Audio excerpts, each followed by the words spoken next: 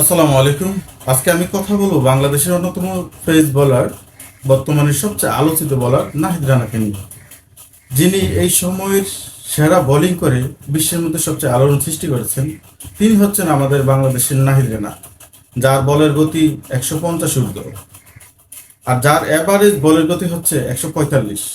এটা অকল্পনীয়। শোয়েব আক্তার বলেন, লুকি ফার্গুসন বলেন, আরো অন্যান্য যারা দ্রুত গতিতে বল করতে পারেন, তাদের মধ্যে নাহিদ রানা হচ্ছে অন্যতম একজন বোলার।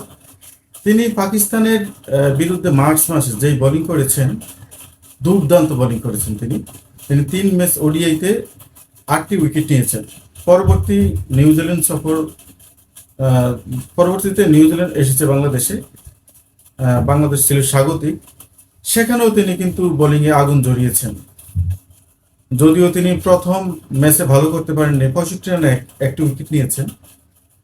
দ্বিতীয় ম্যাচে তিনি কিন্তু গুড কামব্যাক করেছেন। সেখানে তিনি 5টি উইকেট নিয়েছেন এবং সর্বশেষ ম্যাচে তিনি 2টি উইকেট নিয়েছেন। টোটালি ওই সিরিজে তিনি 8টি উইকেট নিয়েছেন এবং তিনি ম্যান অফ দ্য সিরিজ হয়েছিলেন। দুর্দান্ত বোলিং করেছেন। ওই নিউজিল্যান্ড সিরিজেই কিন্তু তাকে প্লেয়ার অফ দ্য মান্থ বানিয়েছেন, অর্থাৎ এপ্রিল মাসের সেরা প্লেয়ার হয়েছেন নাহিদ রানা। এই বছরের এপ্রিলের মধ্যে সেরা হয়েছেন নাহিদ রানা, কিন্তু গত বছর এপ্রিল মাসে সেরা প্লেয়ার ছিলেন বাংলাদেশের আরো তারকা অলরাউন্ডার মেহেদী হাসান মিরাজ। এই পর্যন্ত বাংলাদেশে 4জন প্লেয়ার অফ দ্য মান্থ হয়েছেন। এর আগে ছিলেন সাকিব আল হাসান। সাকিব আল হাসানও 2বার হয়েছিলেন player of the month. Mushfiqur Rahim হয়েছিলেন একবার। টোটাল 4জন প্লেয়ার কিন্তু বাংলাদেশে প্লেয়ার অফ দ্য মান্থ হয়েছেন। তো আমি নাহিদ রানার গতির কথা বলবো। শুধু গতিই নয়, তিনি চলমান যে টেস্ট রয়েছে পাকিস্তানের বিরুদ্ধে, সেখানে কিন্তু দুর্দান্ত বোলিং করেছেন। তিনি টেস্টের দ্বিতীয় ইনিংসে 5টি উইকেট নিয়েছেন মাত্র 40 রান দিয়ে। তিনি রেজওয়ানকে আউট করেছেন এমন একটা বলে, যেটা দৃষ্টিনন্দন বল ছিল, সবার দৃষ্টি আকর্ষণ করেছে।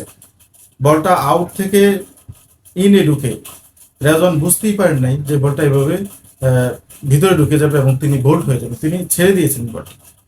দুর্দান্ত বোলিং করেছেন বাংলাদেশের নাহিদ রানা। তিনি নিজেই বলেছেন যে আমি বাংলাদেশের হয়ে খেলছি এবং ভালো পারফর্ম করতেছি, এটা আমার জন্য এবং আমার দেশের জন্য আমি মনে করি যে এটা বিরাট ব্যাপার। আমি আশা করব যে আমি যে ধারাবাহিকতা আছে আমার, এই ধারাবাহিকতার সামনে আমি বজায় রাখবো।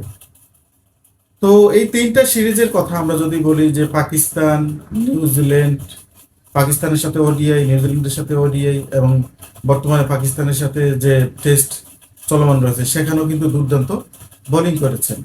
এবং সামনের যে টেস্টটি রয়েছে, আমরা তার কাছ থেকে আশা করব যাতে তিনি তার যেই ধারাবাহিকতা সেটা তিনি বজায় রাখেন এবং তার স্পিড এবং লাইন লেন্থ বলে সবকিছু ঠিক রেখে বাংলাদেশের জন্য তিনি দ্বিতীয় টেস্টেও কিন্তু জয়টা যাতে ছিনিয়ে আনতে পারে, সেই কামনাই রইল।